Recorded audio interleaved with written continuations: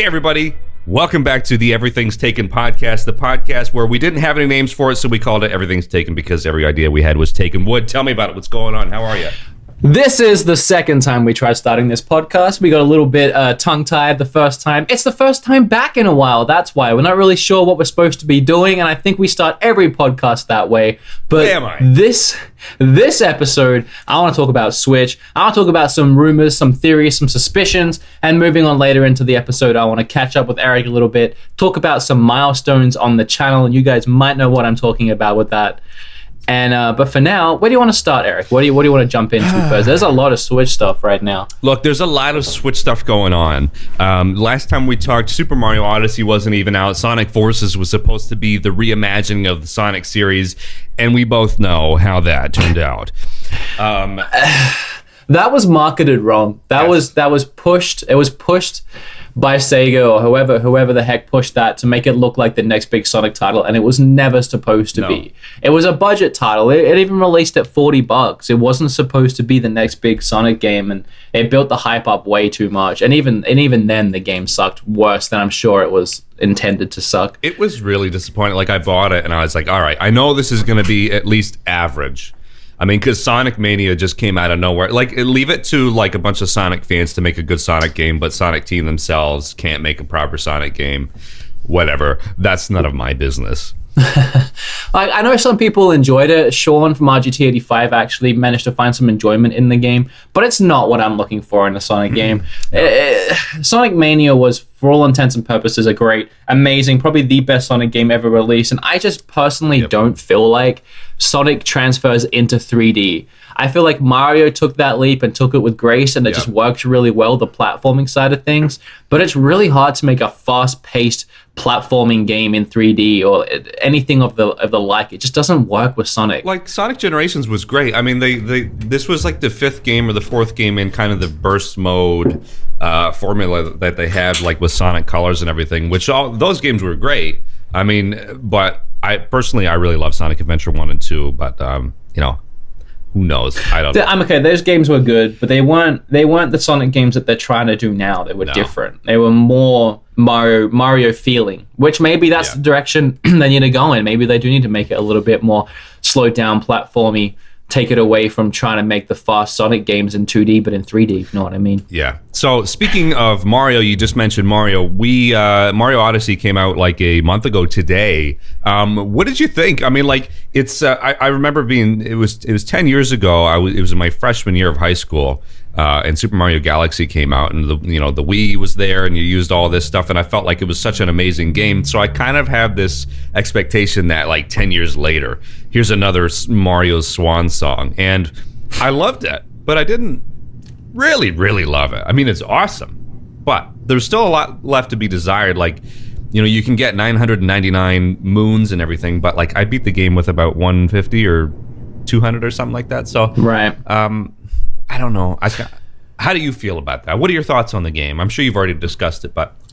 I mean, I talked about it on the channel. At that point in time, I had just finished the game. Now I've collected almost 500 moons after the game finished. I have been going pretty hard on that because I've heard there's a secret ending once you get a certain amount. And I know there's one more place I haven't been once you get a certain amount. I think I'm like 40 away from that now. I really slowed down on playing because I've gone to every world at this point and pillaged it. So now it's getting those last, like, tougher moons. Yeah. I really enjoyed the playthrough. I thought the ending...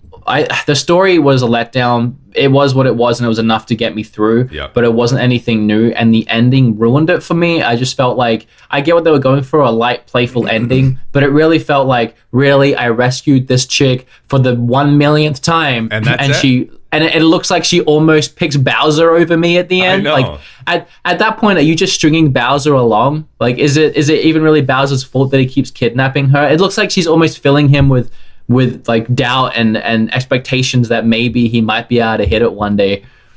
You know what? You never know. You never know. But no, the actual game was really fun. Yeah, I loved it. I mean, like, especially for those of you who got to the end. I mean, I'm guessing this is a spoiler alert, but I'm sure everybody knows now.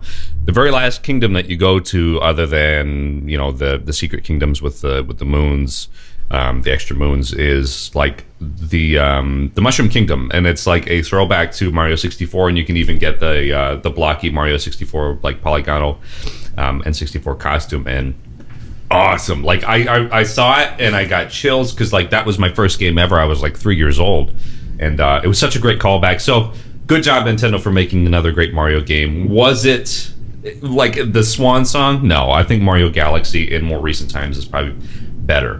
But that's just one man's opinion. I would disagree with that. Mario Galaxy was incredible, but I preferred Odyssey, to be honest. Galaxy was a little more linear.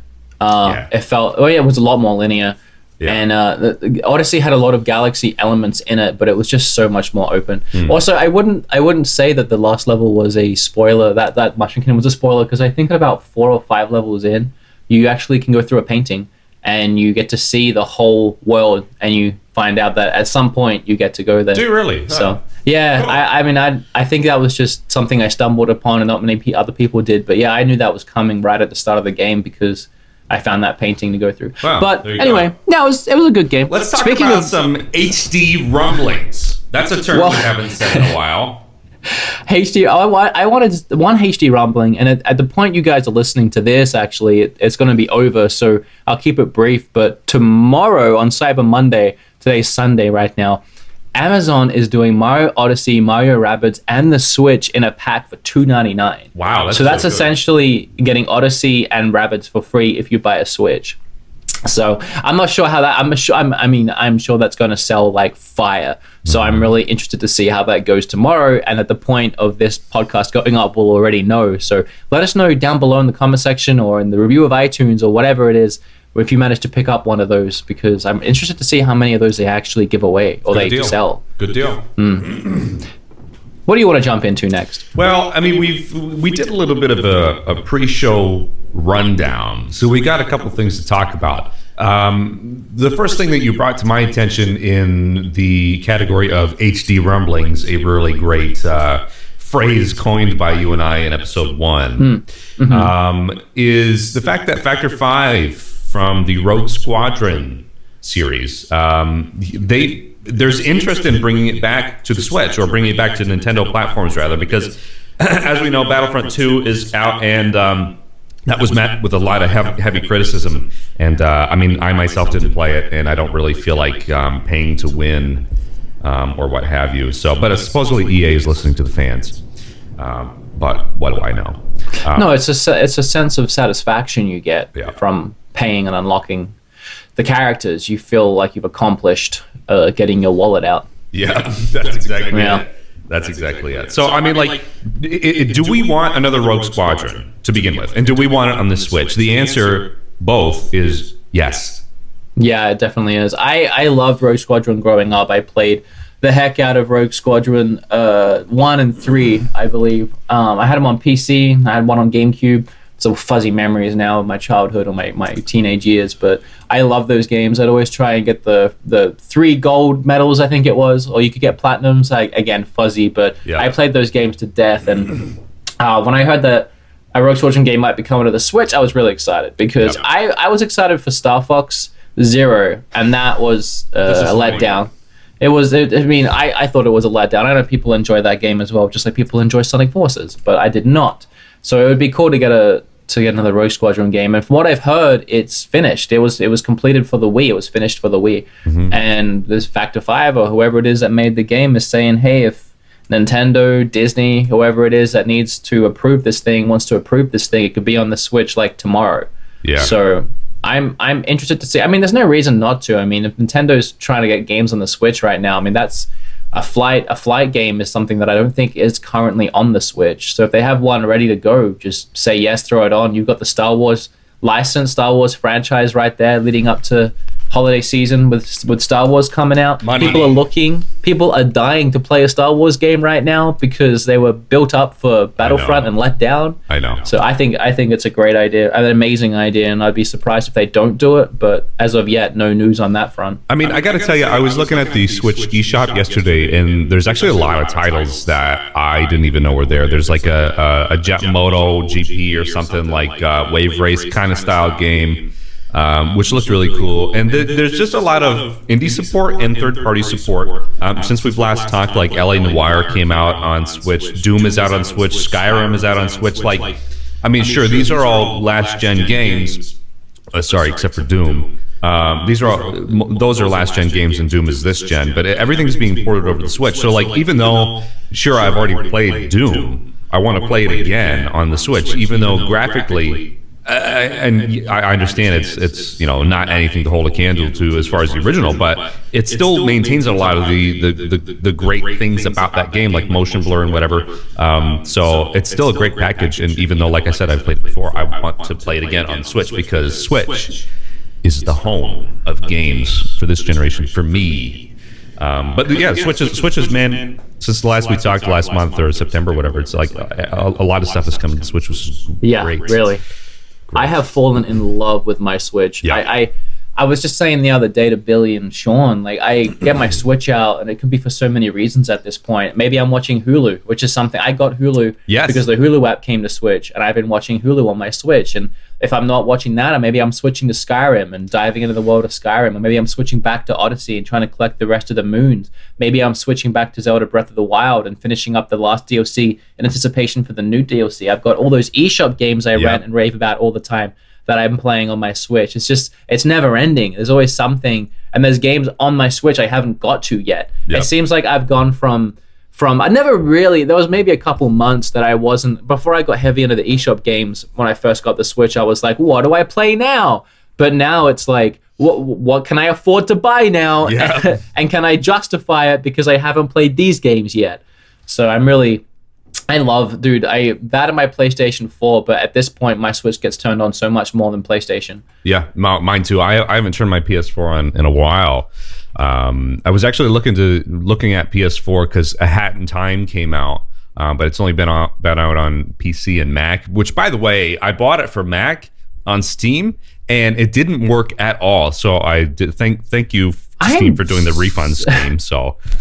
so surprised that game came out, because that was one of the first games I reviewed on my channel. I was given a code when it was in beta, 4 or 5 years ago. I know. And every now and then I would think about it. I would just be like, hey, that game never came out. And then randomly one day I got a code in my email saying, hey, here's the full game. And I haven't played it yet, but I was like, wow, that actually came out. Like, it's crazy. It wasn't necessarily. Is it? Have you played it? No, I really wanted to play it, but like I said, I bought it for Steam on Mac. I mean, gaming on a Mac, but it just didn't work. Like the window would launch and then it would crash, and I couldn't use any controller input other than keyboard and mouse. I mean, let's be serious. Are we really going to play a collectathon platformer with keyboard and mouse? The answer is no. And if you do, you're stupid. But no, you can do whatever you want. But just didn't work for me. But like, it came out like the 2 weeks prior to Mario Odyssey, so it didn't really seem like good timing. Like, I mean, I'm sure a lot of people loved it, and the people eat up the collectathon games, of course, being 90s kids. They're definitely making a return, which is great. I love that genre. No, yeah, definitely. Also, I don't want to, we're on A Hat in Time now, and I don't want to strive too far away from the Switch, from Nintendo Switch. There's still so much we have to talk about, but actually I was just sent a link to a bunch of rumors, which includes Switch rumors and things that are half confirmed. And there was about 5 minutes ago, you might have seen my hand cover my mouth as I read Devil May Cry 5 will finally be announced, and it's going to feature Dante, Virgil, and Nero all playable in the game. I am a huge fan of Devil May Cry, and I can't tell you how much that excites me. I love Devil May Cry 4 as much as the rest, and I honestly never thought I would see a 5. When the remake came with the first game, or the origin story DMC, I loved that game, by the way, but I thought that was definitely the main series has ended, maybe this will continue, or maybe that's it. But Devil May Cry 5, it's happening, and I don't know how many other people are excited about that other than me, but that is big news for me in my world. Wasn't Devil May Cry 4, was Dante not in that? No, he was. Devil May Cry 4 was Dante and Nero. I don't believe Virgil was in it. I can't remember. I don't think he was. If he was like an unlockable playable character near the end. Maybe I'm completely wrong on that. Maybe I think I am wrong on that, actually. But it was mostly Nero and Virgil. You play the first half of the game as Nero, and then near the end you play the second half of the game as Dante. And it was a great game. I loved the game so much. Some of the craziest cinematics, and The opening sequence is still one of my favorite opening sequence of a video game. Dante rains down from the ceiling of a church, blows the minister, the priest in the head, and then turns around, and Dante's like loading his gun by throwing bullets in the air and just swishing his gun at them, and they fall into the barrels. Typical Devil May Cry fashion. I mean, yeah, I never got into that series, but gee, it looks badass. There's also other things I'm seeing here, like Resident Evil 2 remake, which I think I heard about actually, which is supposed to be a third-person game. We might be seeing something about it at the end of the year.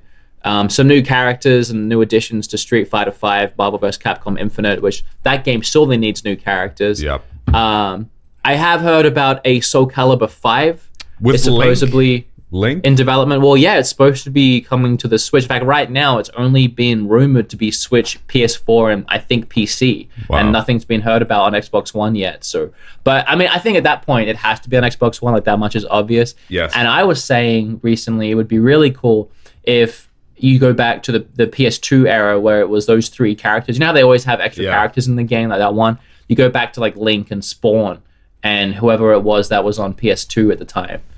Was it somebody from Tekken? I can't remember. I can't remember. I never played the PS2 one. I played the Xbox and GameCube one. But Cube. So that's something I'm really interested in. We have some more Switch rumors here too. Sorry to cut you off. No, go ahead. This one's up your alley, so I'll let you talk. All right. Mother 3 is real. Have you heard about this? Should I continue reading or do you? How has this not happened yet? Like, for real? Supposedly, I follow all of the Earthbound and Mother Reddits, the subreddits and everything, and like every year it's like, okay, it's coming. Supposedly, it was going to be announced last year at E3.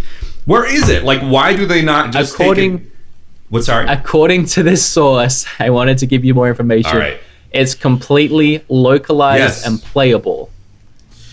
So it's being held back for some reason, but there's also really big rumors right now that there's going to be a Nintendo Switch event coming very soon. They've opened up a spot on the listings for a Nintendo Switch event, and people are they're thinking it's going to be used primarily to talk about the Zelda DLC that's dropping, but they're going to squeeze in some new titles for January and moving into the new year. So do you think Mother 3 will be one of them? And if not, what else do you think? Do I think no? I mean, given Nintendo's track record with Mother 3, I mean, Mother 3 came out in, I think it was 05 or 06 or something like that. And of course, everybody who's wanted to play it or has any bit of interest in the Mother series has downloaded the patched ROM, which is, by the way, fully playable and readable because it's translated by the Starman.net community or something like that. Correct me if I'm wrong in the comments, but like, I played it there and it was great. But I don't know, surely why wouldn't Nintendo just use that translation unless they want to change different things, of course, because you know how Nintendo is with localization or whatever. But do I think it's going to happen? No. Would I love it to happen? Of course I would, because I love all that Mother stuff and Earthbound stuff. And like, I'm even following a fan game that's being made, which is called Mother 4, but now it's changed to something else. Let me catch my breath because I'm running out of breath talking about Mother. No, I'd love to see it, truly. Will we see it? I have no idea. Reggie's probably just going to slap me down thinking about it anyway. I don't know, man. Switch, Nintendo has been really surprising me lately. It's been a matter of, for years, it was, why don't you do this? It will make you money. And they didn't seem to want to do any of it. It's like, why not do Metroid Prime 4? It'll make you money. And now they're doing that. And why not make a Pokemon RPG game on your main system? It'll make you money. And now they're doing that. And I don't know. I really feel like we're going to see a lot of surprises going into this year because they're always really secretive. But they announced that Yoshi and Kirby were coming out this year or like next 2018, like forever ago. Yeah. And they have not announced anything new for next year yet in a long time. We're overdue. And I really feel like they're gonna just come out the gate with another, like they did initially with the Switch, another big announcement of, hey, here's 2018, and we're gonna see some really interesting stuff. And Mother 3, it's something that so easily could be thrown onto the eShop, and if it's already finished, that's a moneymaker. And I think now they know what their moneymakers are. Yeah. I wouldn't be surprised, honestly. There is such a big Earthbound and Mother community. I love like especially, they put it on the Wii U eShop, and of course, they put out the Nintendo Mini, and of course, I have the 25th anniversary ROM on there.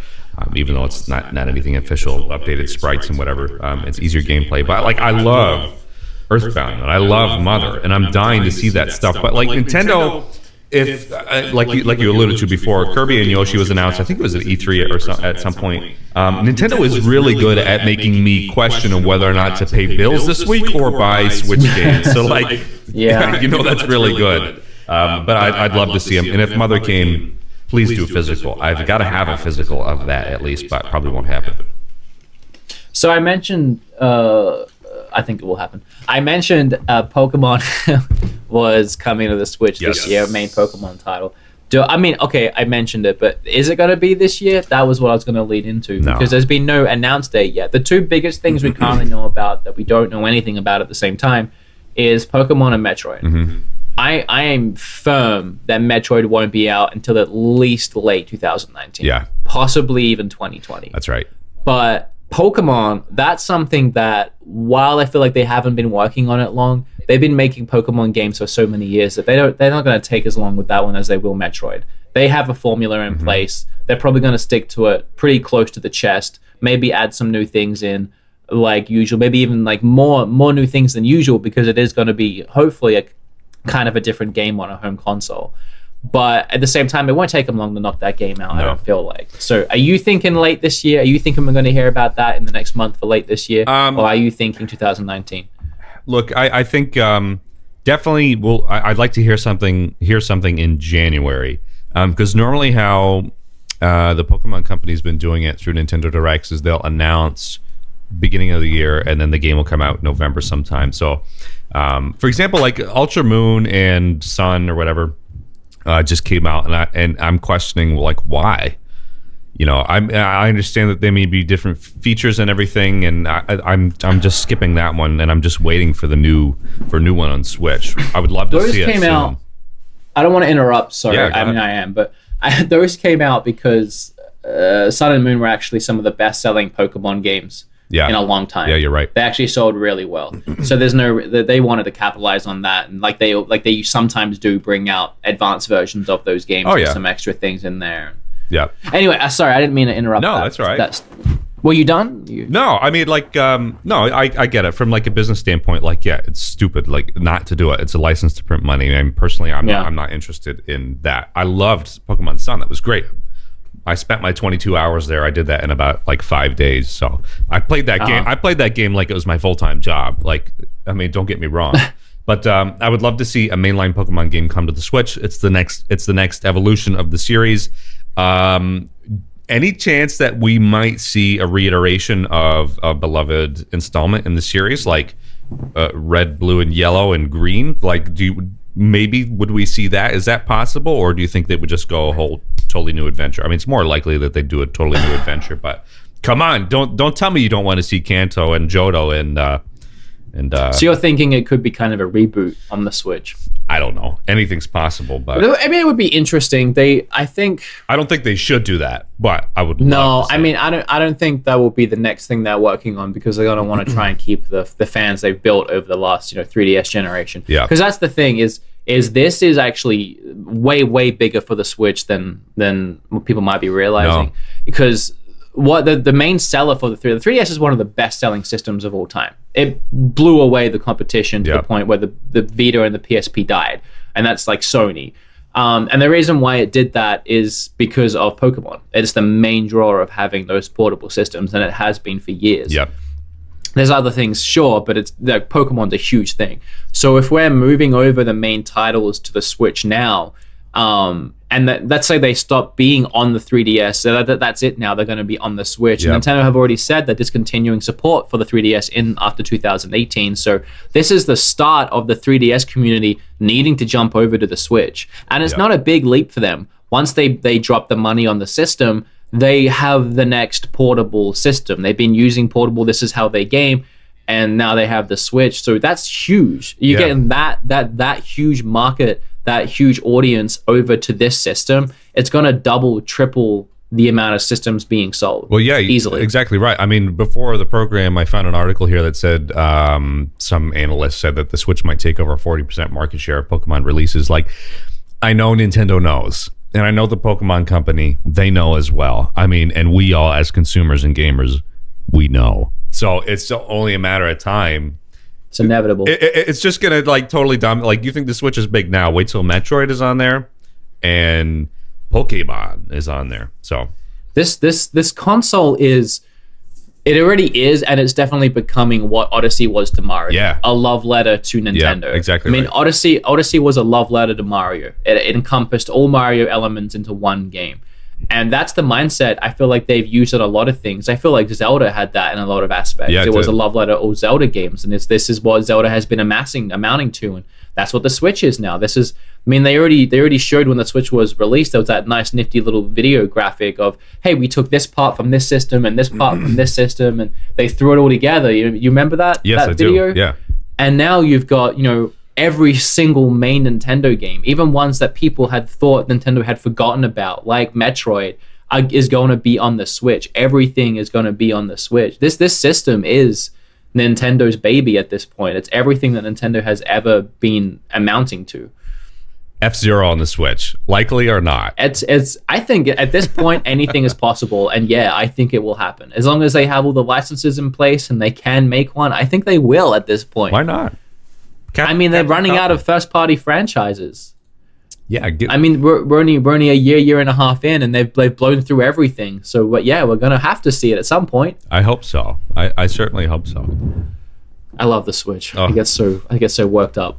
It's truly my favorite Nintendo console in a long time. Probably since the N64. Like, it just gives me the warm and fuzzies like the N64 used to when I was a kid. And I know. There's just something about it. There's something about playing it, man. Like, it's just, you can play it whenever you want to, wherever you want to, in the position, in the place that you feel comfortable with. Like, if you feel stressed out and you want to go lie in bed, you can take it with you. That could be your happy place in bed. It can be your happy place on the couch. You can take it somewhere where you know you're going to be bored, like at a doctor's freaking office, and you can play it there, and it's suddenly not so boring anymore. The bathroom. It's such a ray of light. The bathroom. And the bathroom. Who reads Reader's Digest or the Farmer's Almanac? Bring your Switch in there. Switch. Look, it's not about the games, it's the friends you make along the way. So, another thing we can touch on here is the Switch's virtual console. Yes. Where is it? And we're coming up to the midway point in the podcast here. We can move on from Switch soon, but I do want to talk about, oh God, really? I just read something else really interesting too. We'll get to that. We'll get it. We'll get it. The virtual console. Where's that? When's that coming? Who knows? We're gonna hear about that in January. I think. Look, I'm glad that they just didn't do it right off the bat, because we've all played those games before, and it was a great idea for the Wii. That was 10 years ago. The Wii U came out, and it's like, all right, come on, like, we've already bought these games, and now it's like, all right, whatever. So I think. You talked about this a couple podcasts ago, where it would be like a subscription based thing, something like that, like pay X amount of dollars per month. It's like 20 a year, I believe. Yeah, which is I think a good model. Very reasonable. So I would love to see it. Is it going to come out? Yeah, most definitely. Like, come on, why would Nintendo not cash in on Mario Brothers for the 40th time? I mean, I'll buy it. So I feel like this is something that needs to happen for Nintendo, because as much as free online is fantastic and it's such a nice business model to have and not have to pay for something else, it also shows in the quality of that online. I mean, there's no real support for it. There's not even a voice chat. There's no point really investing time into something like that if people aren't paying for it. You do the bare minimum and you give it for free. But that makes sense. So at the point where people are actually paying for it, that's when a standard is put in place, and they have funds coming directly from that area to invest back into that area. So hopefully we'll see some better support. I mean, we're seeing games like Doom and Rocket League, which were both ported over by Panic Button, I believe, have really great friend invite systems, which other games really are lacking in that, especially ones made by Nintendo. So hopefully that'll set some standards.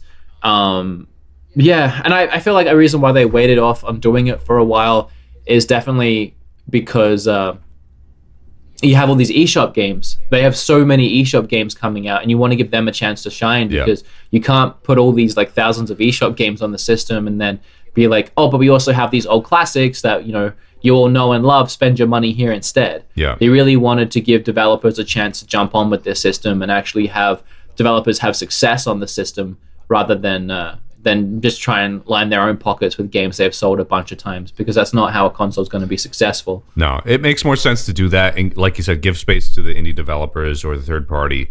Nintendo has such a big install base with all of their previous systems and iterations of games, so I'd rather them wait instead of release a half-baked virtual console where it's like Super Mario Brothers 3, $299, and that's it. But I mean, like, sure, you got your portable factor, but if I wanted to do that, I would just get the collection for GBA or Game Boy Color or whatever. So here's a couple more things, and one of these were the one that I got excited about before. Blizzard is preparing, and wait for it, because I know so many people. I was gonna say, some people listening right now is like, Overwatch, please say Overwatch. But no, Hearthstone port for the Switch, which that makes a lot of sense. Sure It's a card game that you play on mobile or PC, but it already has touch controls, tablet, iPad, all that's already optimized. So throwing it on there would be easy. It's a free game, and trust me, guys, it's really fun. I was playing it last night. I actually play it quite a lot. It's a really great game. Really fun. And the reason why that's exciting, not only because I like the game and I'd love to play it on my Switch, is because Blizzard dipping its toes into the Switch does mean hopefully success for them with Hearthstone, moving into maybe we get Overwatch, maybe we get some games that they want to port over to the system. And just the fact that you can put Blizzard in amongst the other third-party developers now putting games on the Switch. I mean, you got Blizzard now, you've got Bethesda now. Help me out here, because I mean, there's so many. Ubisoft has been supporting the system for the longest time. Rockstar, maybe. Rockstar has, I mean, you got some of the biggest, if not, they are the biggest names in gaming putting games on the Switch. I think the last one that needs convincing now, and honestly, I couldn't give a shit either way if they decide, is EA. Yeah, no. And the only reason why I'd want EA is Call of Duty. They do Call of Duty, right? I don't play Call of Duty. Who knows? I'm almost certain they put out Call of Duty games. But that's really the last thing we need on the Switch. And I mean, even then, do you need it? It'd be nice to have those people jump over that want to play those games, but apart from that, I don't really want to support them. That's what Reggie says. Our gaming godfather, Reggie. That's what he says. Good software sells great hardware. I mean, that's the thing. Like that, those games are over there, and like, you know, I understand that everybody can afford both consoles at once, but prior to the Switch, generally a lot of people had a PS4 or an Xbox One. And those experiences are over there. And that's why Switch is cool, because, yeah, sure, they do share some of the same third-party experiences, but they have their own unique thing that they're doing. And that's why the Switch is so special, and that's why we've dedicated the first half of the podcast to it, because it's just a unique, really good experience. And I'm glad Nintendo has finally found, I wouldn't necessarily say their niche, but they're listening. They're finally taking in the advice of the fans of saying, like, do this. This is a license to print money, and they're obviously going forward with that. Again, a lot of indie and third-party support. Switch is here to stay. Switch doesn't suck. It's here, and it's a really great, dedicated gaming system for great experiences, and we love it. That was such a nice wrap-up that I almost don't want to mention the fact that we forgot Square Enix, who was putting out The World Ends With You 2. Wow. Exclusively on the Nintendo Switch. Good job. I didn't play the first one, but I really love the art style, so really cool. And a new Animal Crossing. So yeah, I think it's safe to say that... oh man, I don't know about that. What? No, like it's some sort of new Animal Crossing is releasing in the next year. For the Switch, absolutely. Really quickly while we have time. Animal Crossing Pocket Camp. For those of you who may not know, it's a app version of Animal Crossing. It actually officially came out a couple days ago, but I actually got it on the eShop like last month because it leaked on the Australian eShop. And I played it for about 4 or 5 days, and it's basically pay to win, pay to decorate your camp. Really? Yeah, and it's like it's fun. Don't get me wrong; it is somewhat of an Animal Crossing experience, but don't go in there thinking that you're going to go be shopping at Tom Nook's store and getting tons of deals and designing your own house. I mean, it is kind of that. You can design your camper and whatever and get double decks, and I don't know. It's fun, but it didn't really take me more than a week to say, okay, that was that. Okay. And with that being that, do you want to cut to some amazing quality music that you yourself like to perform before we dive into some other interesting topics in the second half of this podcast? Sure do. All right. So Some of you may or may not know I run a YouTube channel called Retro Game Remix, dedicated to remixing your favorite classic video game songs in a modern full band, one-man band take, high quality, whatever you want to say. This is from my last album, and at this point, we'll talk about this after the break, which may actually be my last Retro Game Remix album. So we'll talk about that after the break. But this is the second track from Retro Game Remix Volume 4, now available at erikladd.bandcamp.com, erikladd.bandcamp.com. Pay what you want, or just grab it for free. All my Retro Game Remix albums are available now. But this is Sonic's Chemical Plant from Sonic 2. Check it out.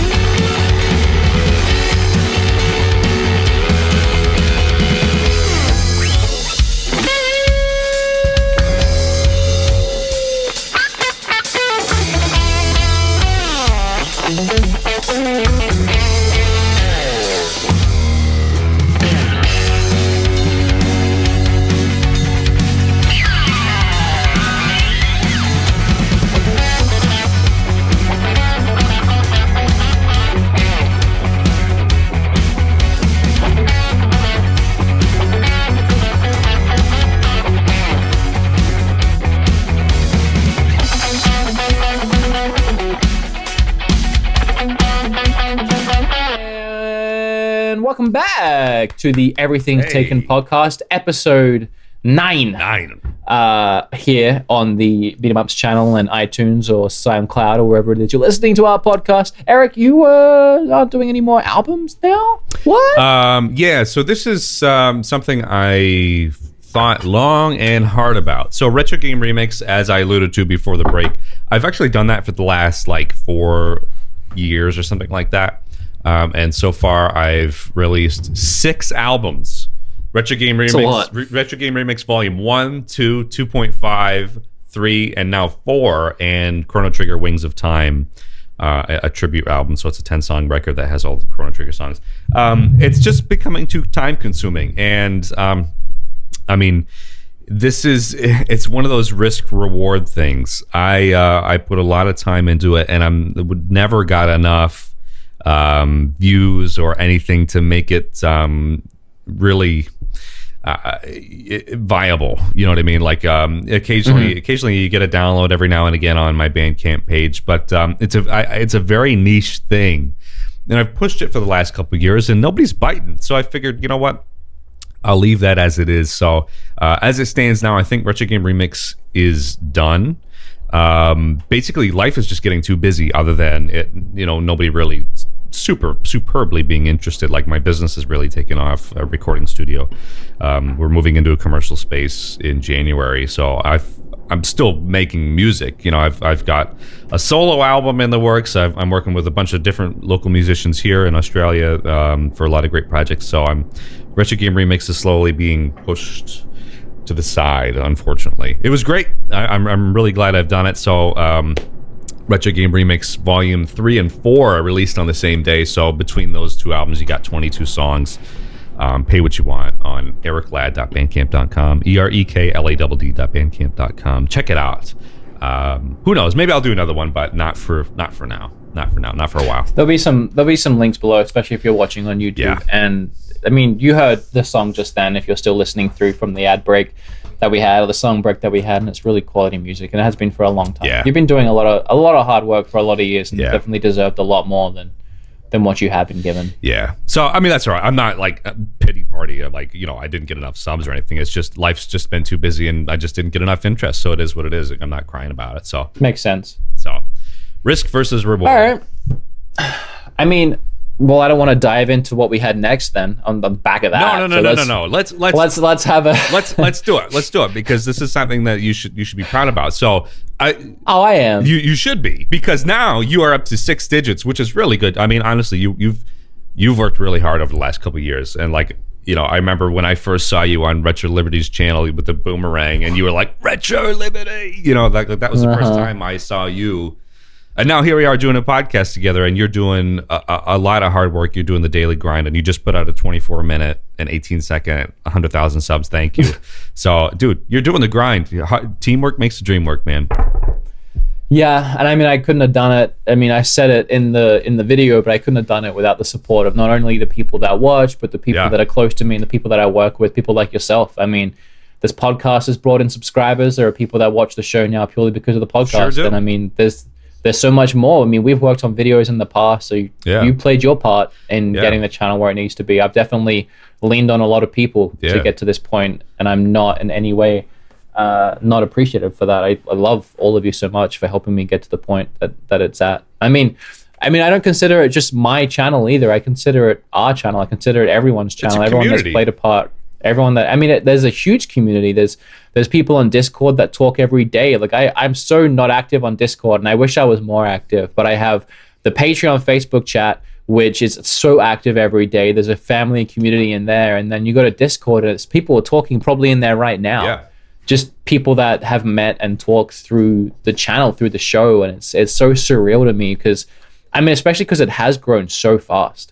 And I used to look at channels around 100,000 like they were these huge channels, and it was just so out of my reach. And now I'm sat here and I'm one of them, and it does not feel in any way real. Like the shit I was envious of for years, and now it's a reality. And I don't know. It's really strange. I mean, it doesn't feel any different, but at the same time it does, if that makes sense. Yeah. So I mean, I don't know. I'm definitely appreciative, and it's been a lot of hard work, and it's been, you know, making videos every single day. And I quit my job when I was working in Canada. I mean, now I can't work the place I'm at now in America, but when I was living in Canada, I quit my job so I could focus on it. And it was at a point where I didn't know if I was going to be able to make rent. With Patreon, it was definitely something I could take the risk on, but I didn't know if it was a good idea or if it was a bad idea. All I knew is it was growing, and I wanted to focus on it. And obviously it's a good thing I did, because it's still growing because of that. Yeah, I mean, that's honestly, like, aside from YouTube or whatever, it's just a really good life lesson. Like, you know, if you want it, go get it. Like a lot of people have asked me about music and stuff, like, oh, you know, how do you get to do this, or how do you get to do that? Like, just do it. Like, if you're not doing it, go do it. Nothing's stopping you from chasing whatever goal or dream that you have. And like, would getting to 100,000, sure, may not, to some people, seem like just a numbers game, but realistically, it's not. You know, there's 100,000 individual people out there who appreciate everything that Wood does as a content provider, and like, you know, working day and night and quitting jobs, and like, can I pay rent this week? You know, like, you got to make sacrifices like that. So sure, you know, it's a great number thing, but it's a milestone of success and hard work. Like, you can do it. And you've only been doing this for like 4 years now, 3 or 4 years, 4 or 5 years. Yeah. So, I mean, like, testament to hard and work, it's more than that big number too. And I mean, you're absolutely right with putting in the hard work and going forward if it's something that you want. But it's more than just that 100,000 too. Yep. It's the fact that people are actively watching. You know, videos will get anywhere between 10 to 200,000 views, and there's one on a million, and then you compile the amount of time people have spent watching the channel over the 5 years. It's like 110 years. If you compiled the minutes watched, 110 years worth of watched content across my channel. It's insane when you put all that together, and it's all growing, and it's growing so well. It's not just the big number you see, it's everything behind the scenes too. So, I mean, that's all thanks to people that are listening right now as well. That's exactly right. I mean, like, if there weren't people listening, there wouldn't be people commenting. Like, you know, like you said, in your Discord chat and in your Discord servers, like, there are people who probably ended up being friends with each other by talking on that. So, like, and that's amazing. Beat 'em ups isn't just you. It's like the community that is in and around you and your videos and the people who are involved in making those. Like, I kind of think like of Metal Jesus. Like, there's like, you know, 6 or 7 or maybe 10 different people that revolve on that channel. So it's not only Metal Jesus, but there's other people involved as well, and that's what that's what makes it cool. I like that you do that, you know, that kind of thing. And I mean, and just wrapping up this conversation, like Eric was saying, and I did like that. I mean, yeah, if there's something that you want, something that you want to have happen, just go for it. I mean, make sure you're in the position to do it. Don't quit your job and follow something that's maybe not working out at that current point to try and make it happen. You need to make sure that you're going to be in a good position to do it. But as long as you are, do whatever you can and whatever you have to do it in. Yep, exactly right. To make your dreams happen. And I don't know. I don't know if 100,000 was exactly my dream, but growing the channel and being more successful and having people watch my videos more is definitely something that I have always wanted. So yeah. Exactly right. And exactly right. There you go. So big congrats. Well deserved. Well deserved. Thank you, buddy. And I mean, you're along for the ride. Okay. Here I am, episode 9. Here you are. It should be so much higher. I was just gonna say, like, our original plan was to do it weekly or bi-weekly, and that was back in like March. We got it, dude. We've got it now. I just moved into this house, man, and I got to tell you, it took more than just the moving in process. We're still going out and buying knives and forks and trying to now going out looking at Christmas trees. It just never seems to end. I know how it is. But I swear to you, man, and everyone listening right now, this is it. We're back. I mean, you want to lock in a time right now for next week? I'll be there. All right, we'll do it. We need to set like a Friday or Saturday at a certain time. That's exactly it. But we'll get there. I mean, that's fine. I'm happy to do it at the pace we're doing. And look, as long as people are still listening and watching, that's all I care about. So, what else have we got on the agenda? Do we have more on the agenda? Yeah, we do. We got a couple pop culture things. So this is something that I wanted to bring up. Are you a fan of Blade Runner? You do? I don't hate it, but I have also not seen it since I was like 10. All right. So Blade Runner is actually, the last time I saw you in Adelaide, it was like an 8-hour drive, of course, from point A to point B, and I watched Blade Runner, which took about 6 hours of the trip. You watched it on the bus? I watched it on the way. So it was a really slow movie, and I didn't like it, but it just put something in my head after I watched. I was like, gee, that really made me think. So I went back and rewatched it, and I was like, shit, this is really good. So last month, I think it was like October 7th or something, or 6th, Blade Runner 2049 came out, and that had Ryan Gosling.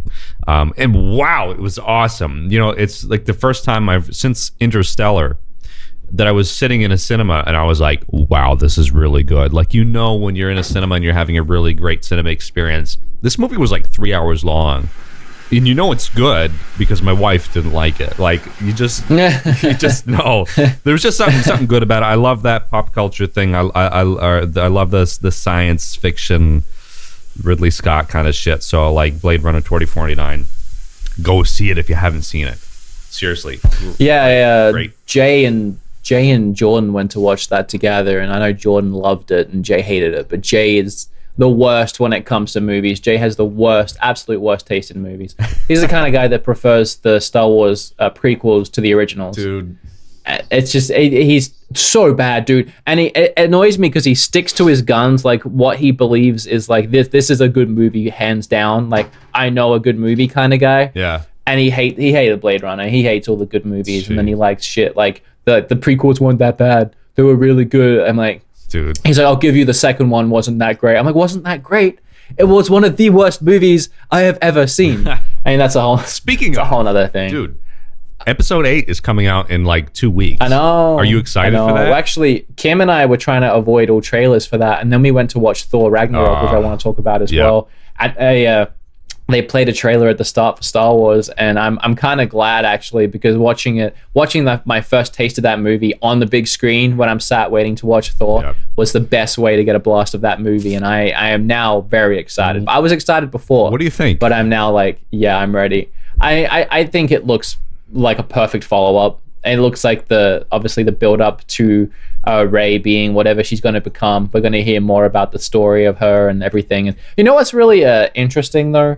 That the Star Wars Battlefront game, do you know that in that game, and I don't want to say it, I don't want to say the actual spoiler, but do you know that they actually announced some key story in that game? Apparently that's canon. Really? Did you know this? No, okay, well, I don't know. I'm gonna say to you what they announced, but not who it is. So if anyone listening right now doesn't want to know anything, then you can just skip 10 seconds ahead or 20 seconds ahead, because we'll wrap it up real quick. But they announced who Rey's parents are. Really? In the game. Yes! You're fucking kidding me. All right. So now we won't say that again, but we'll talk about just the fact of how ridiculous that is. Like, why announce something like that in a pay-to-win in the game? In a pay-to-win game that no one... the sales were so low. And the thing is, apparently, I know when I don't know... I know and I don't know the spoiler, because the characters that were introduced to fulfill this spoiler were characters you've never seen before. So it's like, why have this apparently canon thing announced in the game that people aren't going to play, and why build that story arc up for a whole movie for like 2 or 3 years to have it just be some random people? So I don't know that whole thing. I don't understand. I don't know if they're gonna just be like, Disney's gonna be like, no, that wasn't canon. Actually, we're going a different route with it, because I don't know. But the fact that they announced that now before this second movie tells me that it's probably not going to be in this second movie. So you might not find out who it is till the third movie. I don't know. As far as I can tell, man, I just have a feeling that Grandmaster Luke Skywalker is gonna go to the dark side. That's all. Like, I don't know. Really? From what Mark Hamill has said, he's taken, the director Rian Johnson has taken the treatment and the film in a totally different direction that he doesn't necessarily agree with. So I don't know. Yet to be seen. But like, hey, man, dude, a potential spoiler if you haven't seen Episode 7, which you should by now. They killed off Han Solo. Like, nobody saw that coming. Well, I also want to talk about Thor Ragnarok. Actually. Oh yes, let's talk about Thor, the short-haired version of you. Yeah, so for those that haven't seen that movie, I won't give spoilers, but damn, it was so good. Have you seen it? No, I haven't. I've seen the first. It was two. Like, I'm guessing it was better. Honestly, like, dude, so much better. I didn't have expectations going into it. There was a few things I was excited for, but they knocked it out of the park. Like, it was probably more fun of a movie than Guardians of the Galaxy. Really? I don't know how they pulled it off, but it was a freaking laugh riot. Like, I was laughing throughout the entire damn movie, and there was one point that both Kim and I were in our seats at the theater in stitches, crying. We were trying to pull ourselves together to continue watching this movie. There's one scene, I'm not going to ruin it, but Thor, the character, like Chris Hemsworth, just kind of breaks character, and they just kind of left it in the movie because it was so funny.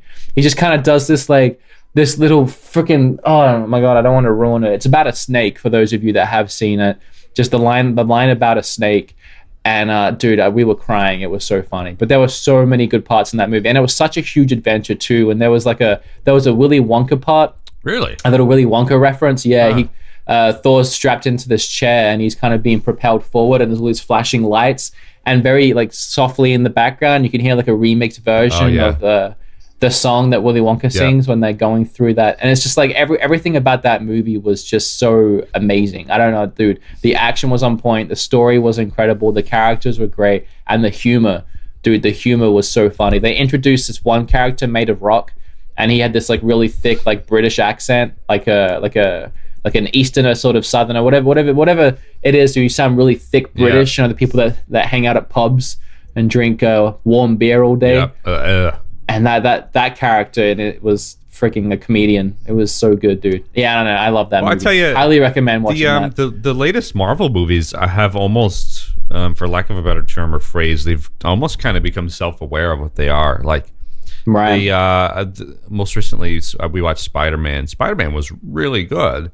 And I almost felt like the characters in the movie, well, obviously they're cast to play the characters, but like the characters themselves, like, I almost feel like they knew that they were in a Marvel movie and they knew they had to like really give it a good performance. And same, like even back to Ant-Man, like 2-3 years ago, like that was really good. Like all the Marvel movies have been just knocking it out of the park. I don't know about Doctor Strange. Did you? It was okay. Oh, that was really good, dude. That was really good. You liked that it? was more about the visual effects than anything. Yeah. Like that movie was a mind trip. Like just the entire movie, as far as the visual effects and what they did with it, and the adventure, the story that he went on, trying to discover more about learning this magic that he was wrapped up in. Yeah, that was really good. There was a lot of funny moments in that one, but it was definitely more about the darker side of the Marvel universe too. And that was another thing in Thor was they were pushing the boundaries of what they can get away with now. Like there was a couple of sons of bitches thrown out in there. Really? There was a few shits thrown out in there. Wow. Yeah, like it was definitely, and there was like a lot of there was one. I don't want to ruin it because you'll know instantly who I'm talking about. There was something that happened that was kind of gruesome that we were like, oh damn, I'm surprised I got away with putting that in the movie. And there was one part where Hulk, and you know how he can't really be killed, so I mean a lot of pain will make him turn into Hulk. There's one point where he jumps out of a plane thinking he's going to turn to Hulk as he goes down, but he ends up just freaking face planting it like real hard into the ground, and his body like rag dolls. Warning: Stranger Things season 2 spoilers ahead. Viewer discretion is advised. All right, Eric, do you have one last thing you might want to talk about? I not only have one thing. I would say it's the sequel to the one thing. Okay, it makes sense. Stranger Things season 2. Have you watched it? Oh, dude, yes. I actually at the Black Friday sales, I picked up the first collection for $10, and it's so cool, dude. It's behind me, but I won't grab it. It's like in a VHS style case, and when you slot out the inside, it's like a VHS tape. Have you seen that? No, I haven't. I'll have to look at it. Dude, so cool. Anyway, yeah, season 2, loved it. Season 2 was so good. There's only one thing I didn't like about season 2, and collectively, hit me. Episode 7. Which one was that? The one where. Don't say it. Have you seen it? You've seen all the season, right? Yeah, I've seen all of it, but I'm worried that you're going to be one of them. No, the one where 11 goes and finds her sister.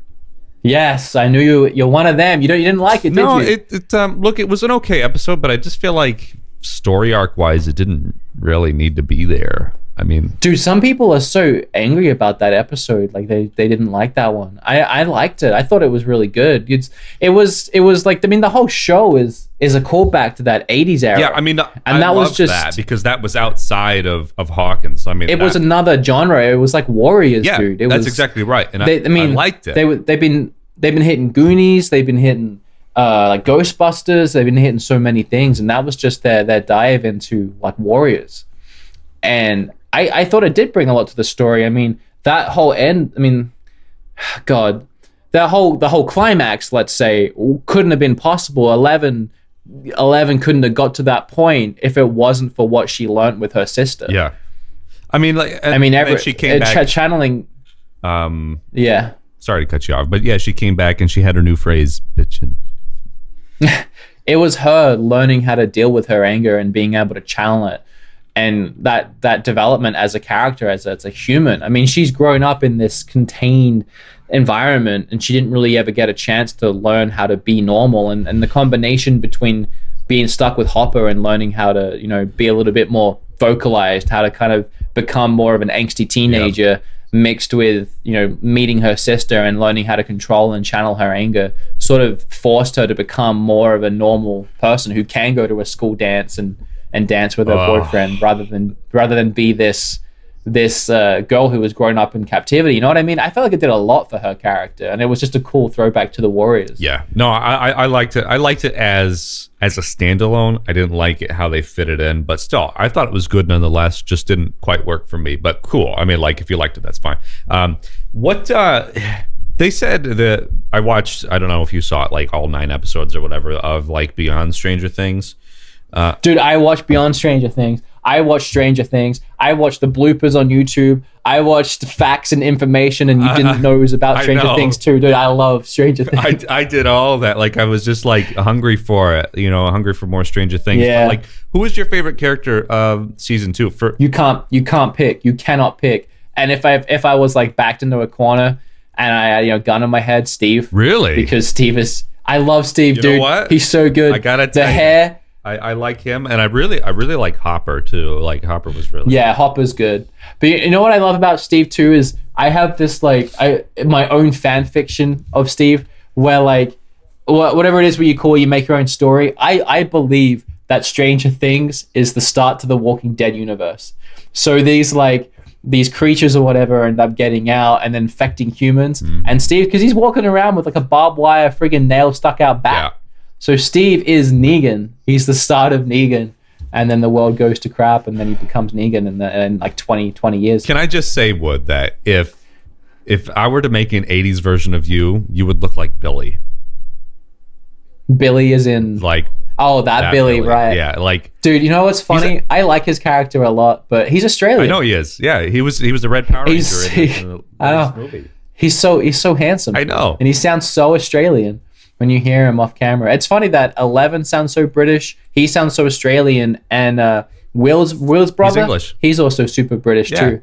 Isn't that funny? They do a really good job at hiding those accents. No, I love that, dude. The second season was better than the first season. And I loved the first season. It was just so good. And I can't wait to see what they do with the third season. I missed the the group mentality of the boys. You know what I mean? Like I missed that. They went for a different dynamic here. Like there were so many different characters with the introduction of Sean Astin as Bob Newby. Like that was cool. Amazing, by the way. Rest in peace, Bob.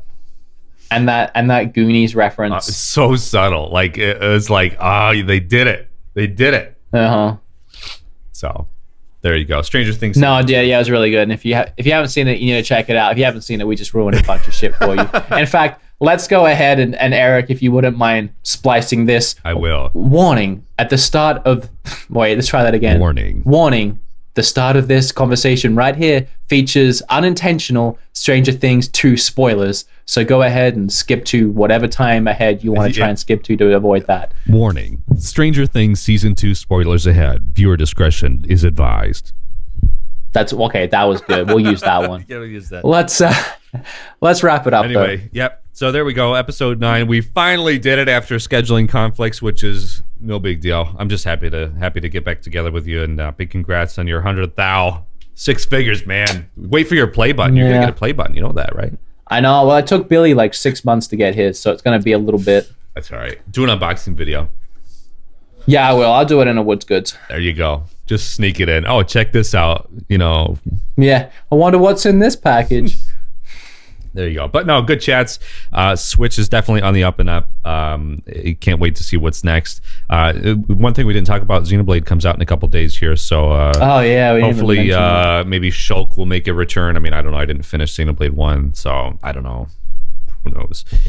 Other than that, that's it, man. There we go. Episode 9 in the tank.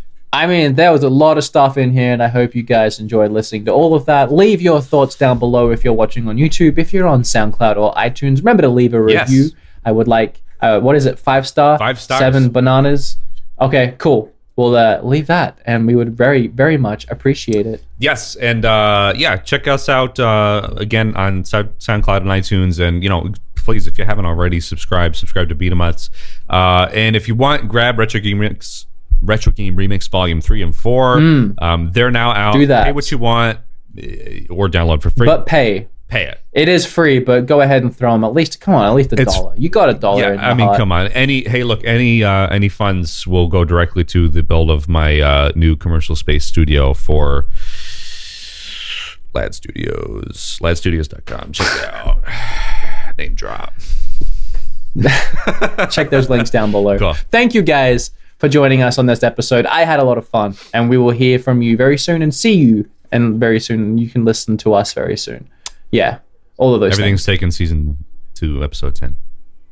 Everything's taken. The podcast. It's not about the games you find. It's the friends you make along the way. I know what that's from. Okay. All right. Okay. See you guys. Bye.